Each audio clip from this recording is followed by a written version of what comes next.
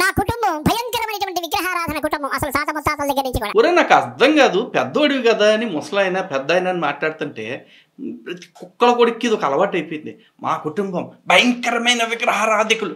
ఏం భయంకరం ఉందిరా విగ్రహారాధనలో? ఎక్కడన్నా ఒక శవాన్ని తీసుకొచ్చి చెక్క కేలాడేసి పెట్టారా శవాన్ని చూసి భయపడటానికి? లేదుగా. చక్కగా మనకి భరోసా ఇవ్వటం కోసం ఆయుధాలు ధరించి ఉంటారు, మేము కాపాడటానికి రెడీగా ఉన్నామని చెప్పేసి. అలాగే మన చూసేటప్పుడు కూడా చక్కగా ప్రశాంతంగా చిద్విలాసంతో నవ్వుతూ ఉంటారు. పోనీ ఏమన్నా అడుగు తినేటట్టు గోచిగుడ్డలు కట్టుకుని చిరిగిపోయిన కొల్లాయి కట్టుకుని ఒంటి నిండా దెబ్బలు కొట్టుకుని ఉన్నారా? కాదుగా. చక్కగా ఐశ్వర్య కళతోటి ఆయుధాలన్నీ ధరించుకుని వాహనాల మీద కూర్చుని సర్వాలంకార భూషితులుగా సాలంకృతంగా కనపడతా ఉంటారు. అది భయంకరం ఎట్ట అవుతుంది? భయం అంటే ఏంటో నేను చెప్తాను చూడు. అర్ధరాత్రి శ్మశానాల్లోకి వెళ్ళి కూర్చోవటం భయం. శవాల్ని ఎదురుగా పెట్టుకుని ఈ శవం మాకు చచ్చిపోయింది బాబోయ్ అని ఏడుస్తారు చూడు. అలాంటివి చూసి భయపడాలి, అలాంటివి చూసి అసహ్యపడాలి, అలాంటివి చూసి ఛీ దరిద్రుడు ఈడేం దేవుడు అని చెప్పేసి ఫీల్ అవ్వాలి.